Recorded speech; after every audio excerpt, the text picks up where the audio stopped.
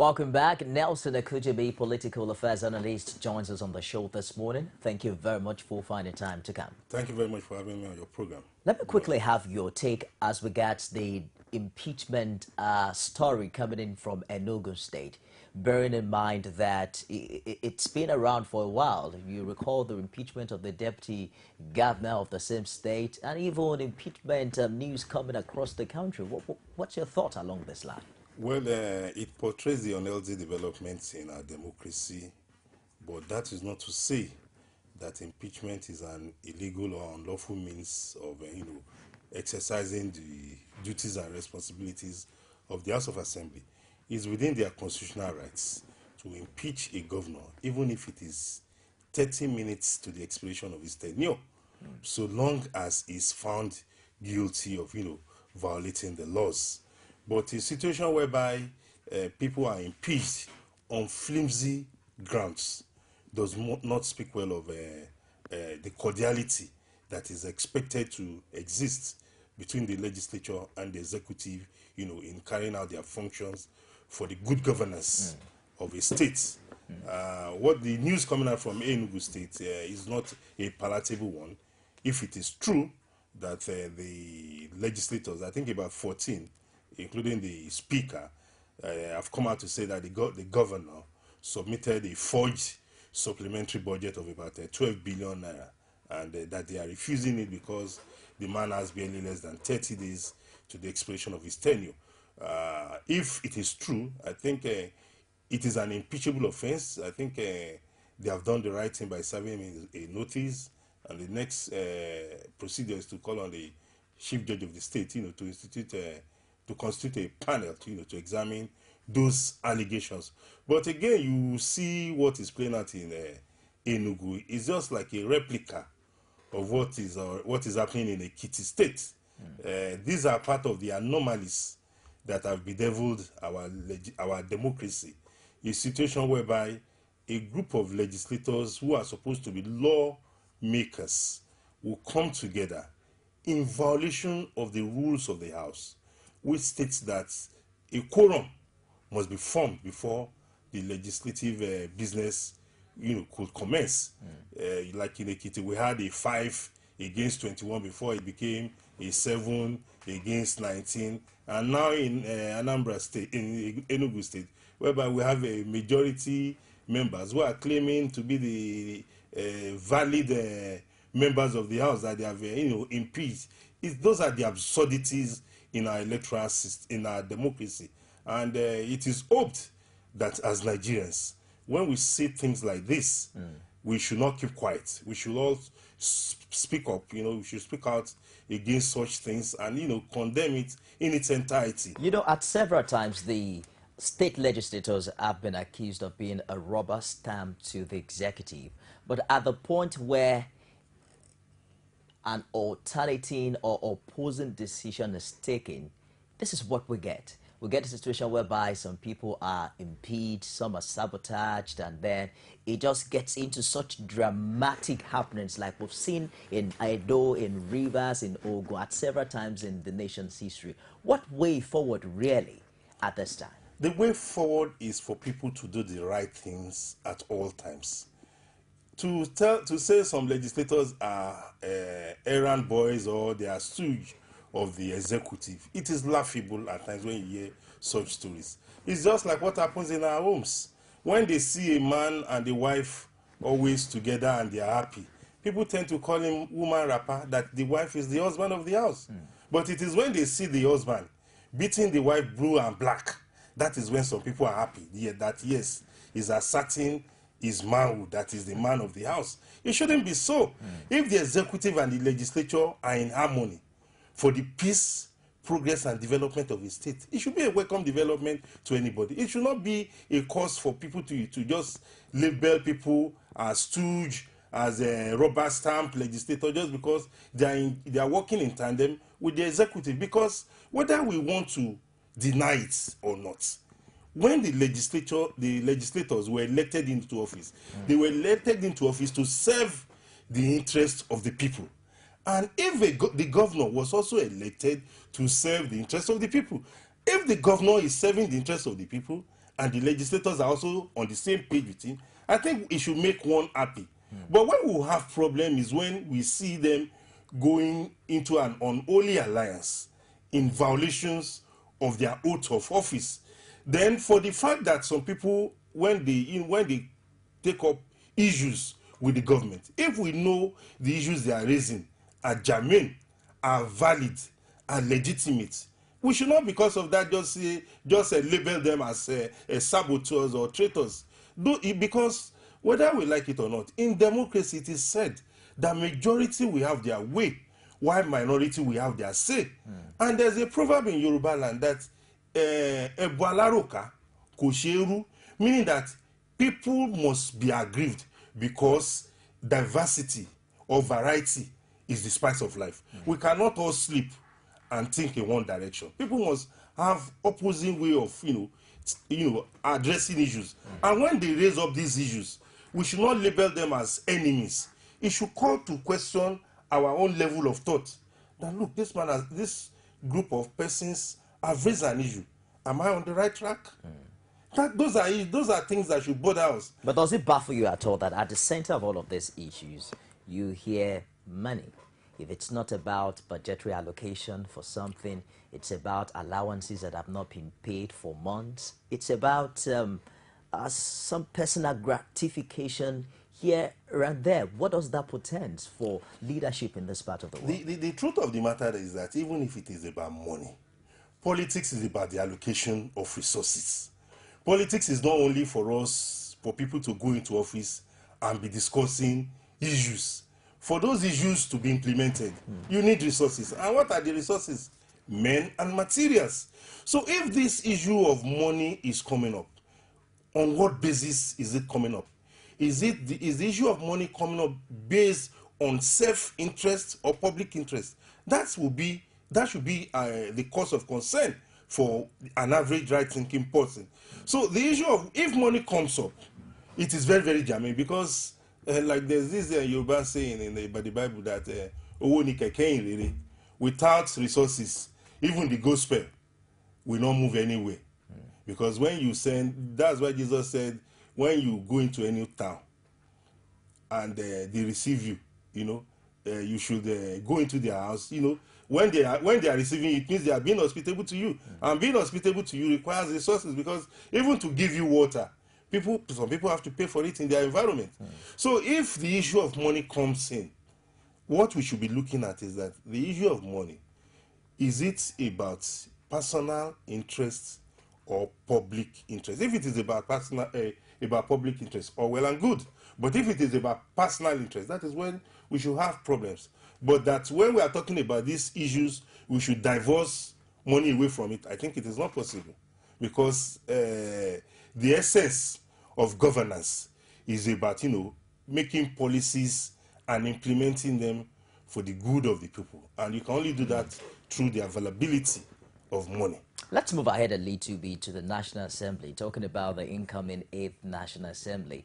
Many people are beginning to wonder how Nigeria can cope with such budgetary allocations are given by the 2015 budget as passed into law now by the National Assembly. You see 2.6 trillion naira for recurrent expenditure, little lower than a trillion naira for capital expenditure.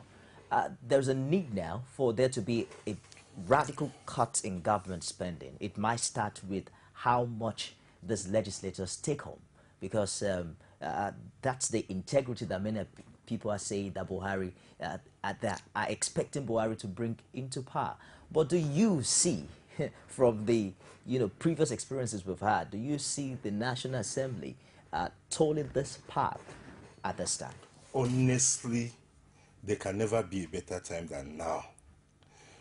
Why we are at this level today is because of the fact that we have a wind of hope, and that wind of hope is blowing across the country. I was reading something online on the social media where somebody said a member of the House of the Senate, of the 8th Senate to be inaugurated, said one of his first consideration when he gets into the House is the reduction in the emoluments of the legislators. I want to keep the name under wraps, but with time people will know. For us, That has been a clarion call from time immemorial.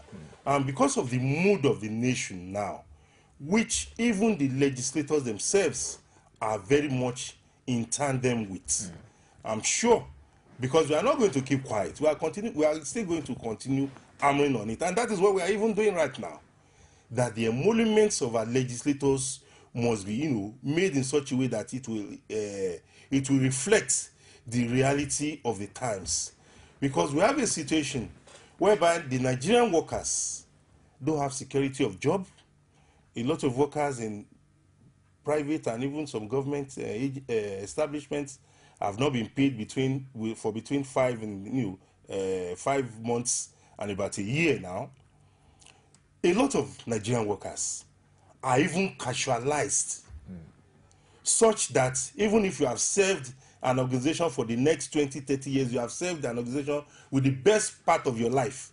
When you leave, there's nothing to fall back on. It is unacceptable. That is injustice to labor. So, but people expecting Buhari to make the house to do that, you realize that this is a democracy. Buhari, the president-elect, General Muhammadu Buhari, retired, is only going to send a bill to the house imploring them. He's going to lobby them. And it behoves on us all to realize that the issue of reducing the emoluments of the legislators will not be the function, will not be the duty of the executive. It's a collective responsibility of every one of us. If we have brothers there, if they represent us, we should, if we know their phone numbers, we should send them SMS. If we know their emails, we should send them emails. If we know their Twitter accounts, we should tweet them. That look, your emoluments, we are not happy with it. If you are serving us, you must not receive this emolument because it is affecting the development of the country. Because you talked about the recurrent and capital expenditure.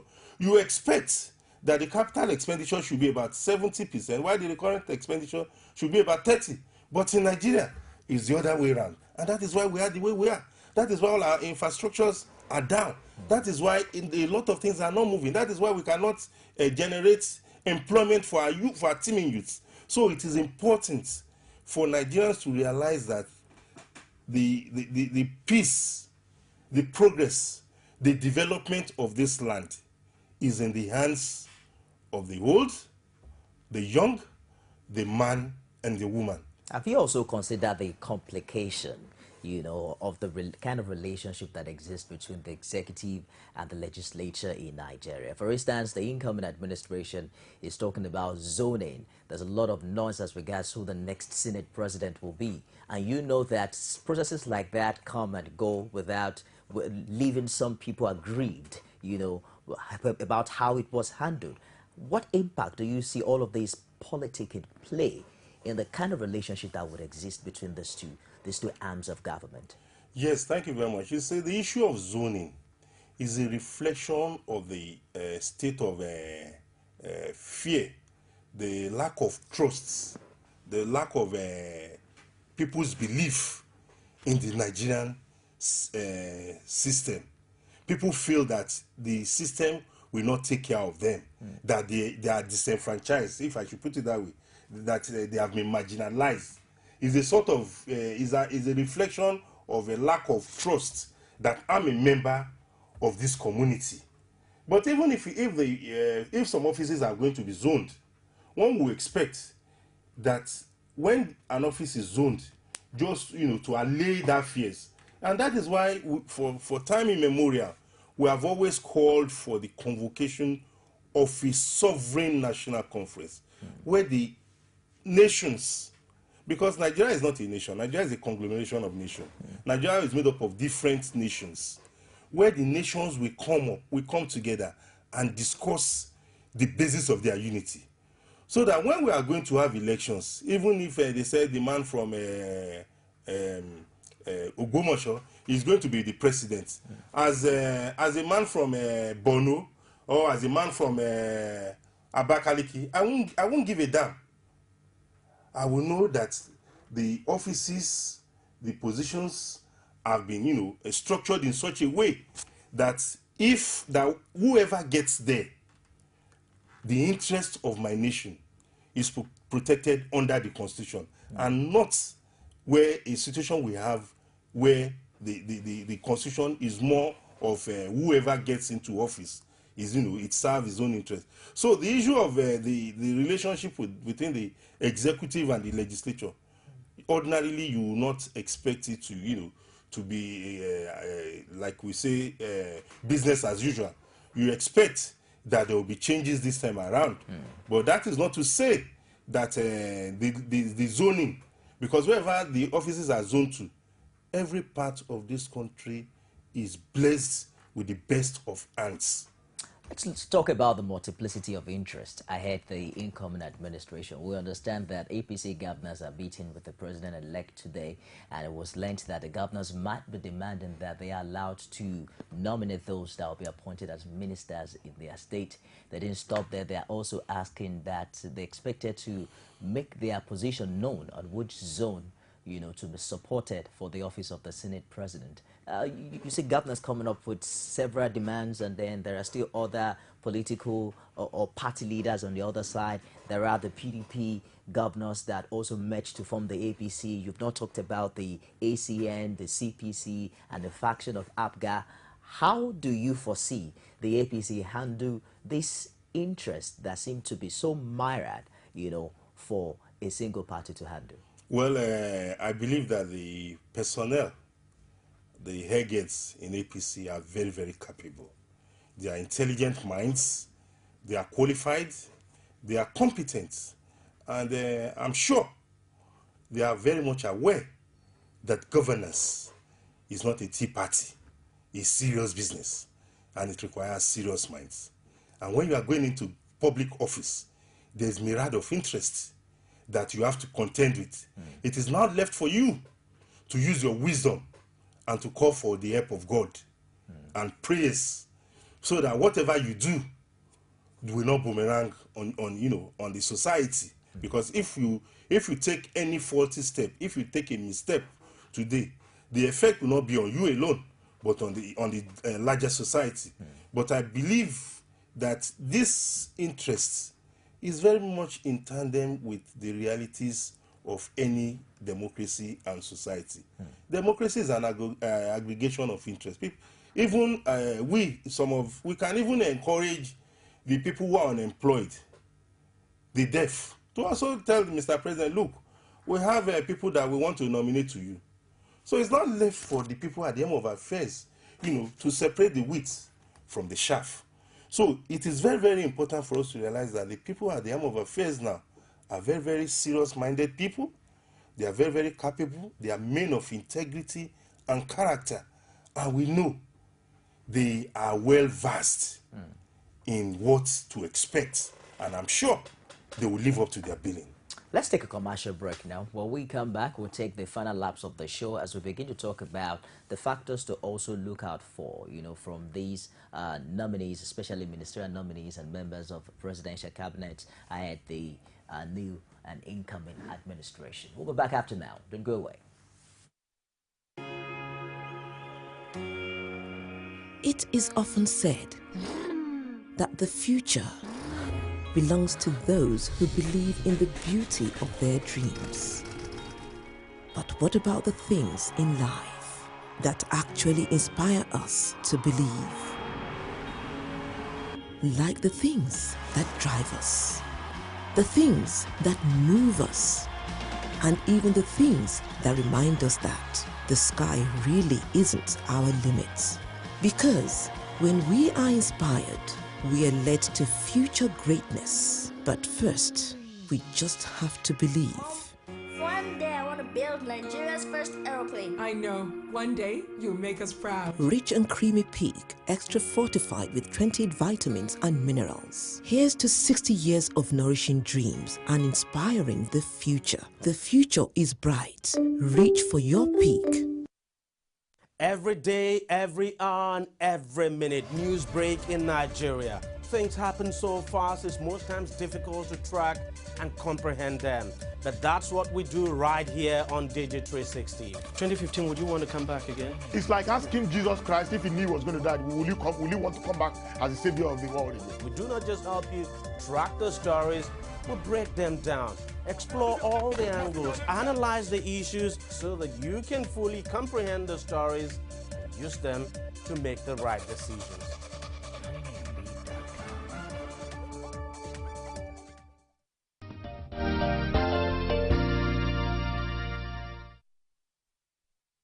Thanks for joining us again. We have to round up now, but what do you expect? For instance, we're looking at a situation whereby there will be a new administration in the next couple of days, but many are also beginning to talk about the importance of injecting some fresh energy. You know, given prior to this election, the PDP presidential campaign organization talked about how old the president-elect, right now is. But many are also saying that will he be able to bridge the generations so that it wouldn't be a cabinet of the old folks, bringing in the young and energetic minds who can also bring in new ideas for national development? Well, thank you very much. I think people who are alluding to the fact that the president-elect is old must be made to realize that there's this saying that Atarieku, the business at hand is not for kids, it's for serious minds. And whether you are old or young, what we need is competence. What we need is character. We don't want a situation whereby you say because somebody is young and he has nothing to offer and you put him in office. No. We know the president-elect who is coming to office May 29, 2015 is very, very capable. He's a man of integrity. He has been there before. We saw how he did it. And it was this character of his performance during his tenure in office as a military head of state that engendered him to the people at this point of rot in our national life. And we are very, very much sure that we trust his sense of judgment. Okay. But that is not to say that we, the Nigerian people, will go to sleep. We are going to monitor the kind of people they nominate, because don't forget that is a ministerial people will be nominees whose names and resume will be sent to the National Assembly for confirmation. If we find anybody there short of character, short of competence, we'll speak out. And we are sure with the new dispensation that things will change. It is not a matter of whether he's a young man or he's an old man. What we want is results. We don't want a government that passes, that plays game, that engages in the blame game. We want a government that will give us results. That's all right. Thank you very much for finding time to join us today. Nelson Ekujimi, we're quite optimistic about the incoming administration. We'll hope that you also find time to join us subsequently. By God's grace. On the show. Thank you very much. That wraps it on Core Digest today. Don't forget that our business show kickstart on the top of the hour. I'll be back tomorrow, God willing, with another exciting edition. Stick around. From time immemorial, women have birthed life, shaped character, and by extension, influenced the society.